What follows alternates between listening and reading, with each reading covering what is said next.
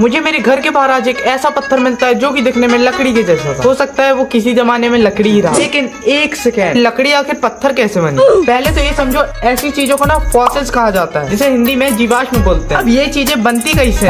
अगर ये किसी पेड़ का हिस्सा रहा होगा तो देखो यार, जो पेड़ होगा ना वो टूट कर गिरा होगा पानी में या फिर लावा में। अगर एक खाली जगह में गिरता तो इसे मिल जाती ऑक्सीजन और ये फाइनली डिकम्पोज हो जाता। बट ये ऐसी जगह पर गिरा था जहाँ पर ऑक्सीजन की थोड़ी सी कमी थी, और बाद में जाके वहाँ पर एक दलदल जम गई या फिर एक लेयर जम गई।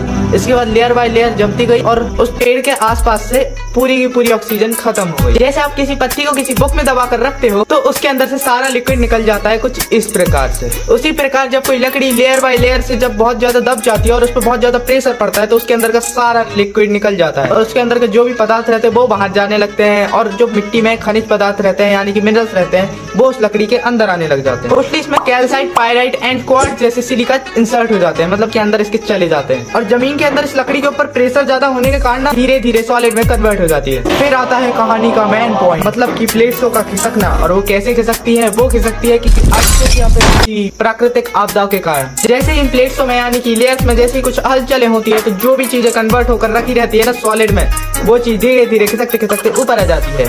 फिर आती है इंसानों की बारी, जो कि खुदाई कर करके उस चीज को बाहर निकाल लेते हैं। उसके बाद जाकर बनती है कुछ इस प्रकार की चीजें।